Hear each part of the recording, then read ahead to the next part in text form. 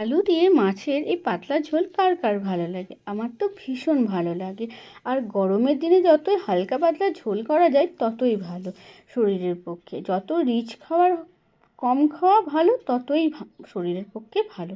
তো যাই হোক, বেশি কথা বলবো না। আর হ্যাঁ, এই রান্নাটাতে হয়তো আমার ভুল ত্রুটি হতেই পারে, তো তার জন্য আমি ক্ষমা প্রার্থী। আর হ্যাঁ, চলো প্রথমেই রান্নাটা কীভাবে করছি সেটা তোমাদের সাথে শেয়ার করি। প্রথমে দেখলে যে আমি আলু, পেঁয়াজ, টমেটো কেটে রেখে দিয়েছিলাম, আর মশলাও বেটে রেখেছি। মশলার মধ্যে দিয়েছি জিরে, রসুন আর আদা, সেটাকে আর কাঁচা লঙ্কাকে ভালোভাবে বেটে নিয়েছি। আর হ্যাঁ, আলুটার মধ্যে একটু নুন হলুদ দিয়ে মাখিয়ে রেখেছিলাম ভাজতে সুবিধা হবে বলে। তারপর কড়াইতে তেল গরম করে আলুগুলোকে ভালোভাবে লালচে করে ভেজে নিয়েছি। এই যে দেখো, ভাজা হয়ে গেছে। ভাজা হয়ে যাওয়ার পর আমি আলুগুলোকে তুলে নিয়েছি। তুলে নেওয়ার পর আমার যে তেলটা বেঁচে গেছিলো সেটার মধ্যে আমি কিন্তু 4 পিস মাছ ভেজে নিয়েছি। তোমাদের মতো তোমরা যেরকম দরকার সেরকম ভেজে নেবে। আর মাছ ভাজা হয়ে যাওয়ার পর আমি কিন্তু আর এক্সট্রা করে কোনো তেল দিইনি, কারণ আমার তেলটা অনেকটাভাবেই দিয়েছিলাম, তো তেলটা বেঁচে গেছে। সেই তেলের মধ্যেই আমি গোটা জিরে আর শুকনো লঙ্কাটা দিইনি, আর দিয়ে দিয়েছি এই যে কুচনো পেঁয়াজ আর কাঁচা লঙ্কাটা চেরানো। তারপর সেটাকে ভালোভাবে নাড়াচাড়া করে লালচে করে ভেজে নিতে হবে। আর হ্যাঁ, তার মধ্যে দিয়ে দিতে হবে যে কেটে রেখেছিলাম টমেটোগুলো, সেই টমেটোগুলো। তারপর সেটাকে ভালোভাবে নাড়াচাড়া করে নরম করে কষিয়ে নিতে হবে।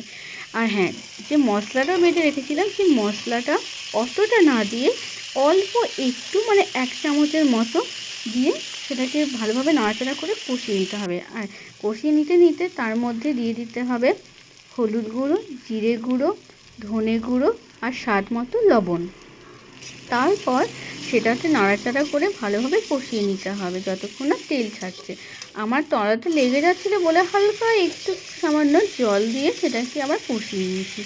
কষাতে কষাতে যখন তেল ছেড়ে যাবে তখন যে ভেজে রেখেছিলাম আলুটা, সেটা কিন্তু আমি তার মধ্যে দিয়ে দিয়েছি।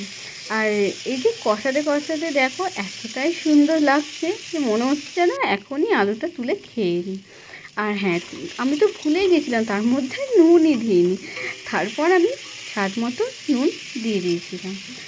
নুন দিয়ে দেওয়ার পর ভালোভাবে কষিয়ে নিয়ে আমি গরম জল করে রেখেছিলাম, তো চাইলে ঠান্ডা জলও দিতে পারো। তো গরম জল আমার সময় ছিল তাই আমি গরম জল করে রেখেছিলাম, তাই গরম জলটাতে তার মধ্যে দিয়ে দিয়েছি। এই যে ঝোলটা আমার এবার ফুটতে দিতে হবে, তার জন্য ঢাকা দিয়ে দিলাম 10 মিনিটের জন্য। 10 মিনিট পর ঢাকনা খুলে এই যে আমার ঝোলটা প্রায় রেডি হয়ে গেছে। আলুটা দেখে নিয়েছিলাম সেদ্ধ হয়েছে কি না, তো আলুটা সেদ্ধ হয়ে গেছে। এরপর যে ভেজে রেখেছিলাম মাছটা, সেটা আমি এর মধ্যে দিয়ে দিয়েছি। এরপর হালকাভাবে মাছটা একটু নাড়াচাড়া করে ঝোলের মধ্যে ডুবিয়ে দিতে হবে। ব্যাস, এইভাবে কিন্তু আমার মাছের ঝোলটা রেডি হয়ে গেছে।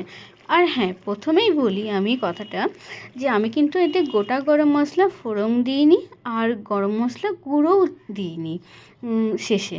আর হ্যাঁ, এতে কিন্তু ধনেপাতা চাইলে ধনেপাতা দিতে পারো। আমার কাছে ধনেপাতা ছিল না, তাই আমি একদমই সিম্পলভাবে করেছি। আর এই রান্নাটা কিন্তু খুবই সুস্বাদু হয়। একবার তোমরা ঘরে চেষ্টা করে দেখতেই পারো। আর হ্যাঁ, অনেকে যদি করে থাকো তাহলে কিন্তু কমেন্ট করে জানাতে ভুলো না। আর আমার চ্যানেলটা লাইক, কমেন্ট, শেয়ার আর সাবস্ক্রাইব করে দিতে ভুলো না কিন্তু। ধন্যবাদ।